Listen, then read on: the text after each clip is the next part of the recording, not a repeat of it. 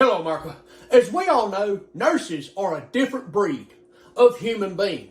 And today I'm going to show you how their brain works with this presentation of a nurse's brain. Now, as you can see, down at the bottom of the brain here, we have the fake smile generator. Nurses are supposed to smile at all times. It don't matter how they really feeling. They can be mad, sad, hangry, whatever. They have got to have a smile on their face when they walk into a patient's room. And that is where the fake smile generator comes in. Let's say that a patient is cussing out a nurse. Well, on the inside, that nurse is mad, and they want to fight that patient. Well, that is when the fake smile generator sends a message to the facial muscles to contract in an upward smiling fashion. So even though on the inside that nurse is really, really mad and they want to do bad things to that patient, on the outside it looks like the nurse is smiling and everything is A-OK. Thanks to the fake smile generator. This is the caffeine addiction center. This is the most important part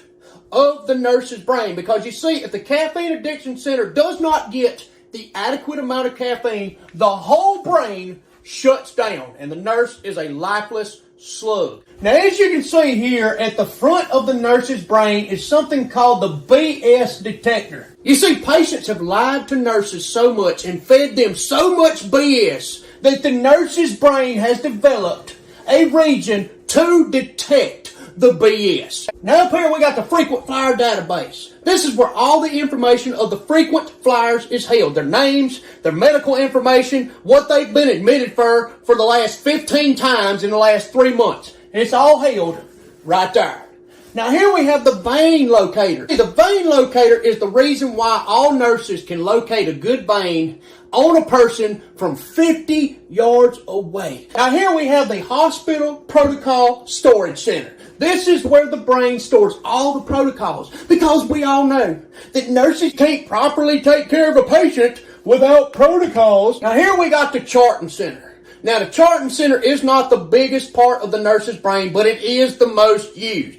The charting center operates about 8 to 9 hours out of the 12-hour shift. Now, administration would love for the charting center to be about the size of the whole entire brain. This is the call light antenna. Anytime a patient hits a call light, it will bounce off of the call light antenna and it will tell the nurse exactly what room the patient call light is coming from. Now, upon entering that room where the call light went off, 90% of the time, the BS detector will go off. Here we got the patient compassion gland. The patient compassion gland is so large that there's very little room for the spouse compassion gland. Nurses use so much of their compassion on their patients during their shift, by the time they get home, the old compassion tank's on empty. And they ain't got no compassion left for their poor spouse. Here we have the super strength region of the brain. It does not matter what size a nurse is, they all have super strength. I have seen a 4'11" nurse throwing a 300-pound patient around on a bed like they are light as a feather. And that is because of the super strength region of the brain. Now here we have the Code Brown gland. Yes, it looks like a pile of doo-doo. You see, when a nurse is walking down the hallway, the air goes through the nurse's nose and it filtrates through the Code Brown gland. And if there is any hint of poo particles in the air, the Code Brown gland will alert the nurse of the exact room where the Code Brown is. This is the bladder control center. We all know a nurse's bladder can hold the same amount of urine as a 5-gallon bucket. You see, when the nurse's bladder fills up, it sends a message to the bladder control center saying, hey, I need to be empty. And then the bladder control center sends a message back to the bladder saying, nah, we still got like 3 assessments left to do. You're just going to have to hold it. And that is why all nurses can hold their urine like a camel can hold water. Last but not least, this is the patient family tolerator, or the PFT for short. You can see that it is very small, almost microscopical in fact. And this is the reason why nurses have such a hard time tolerating patients' family members. You see, the PFT's only got a 5-question limit.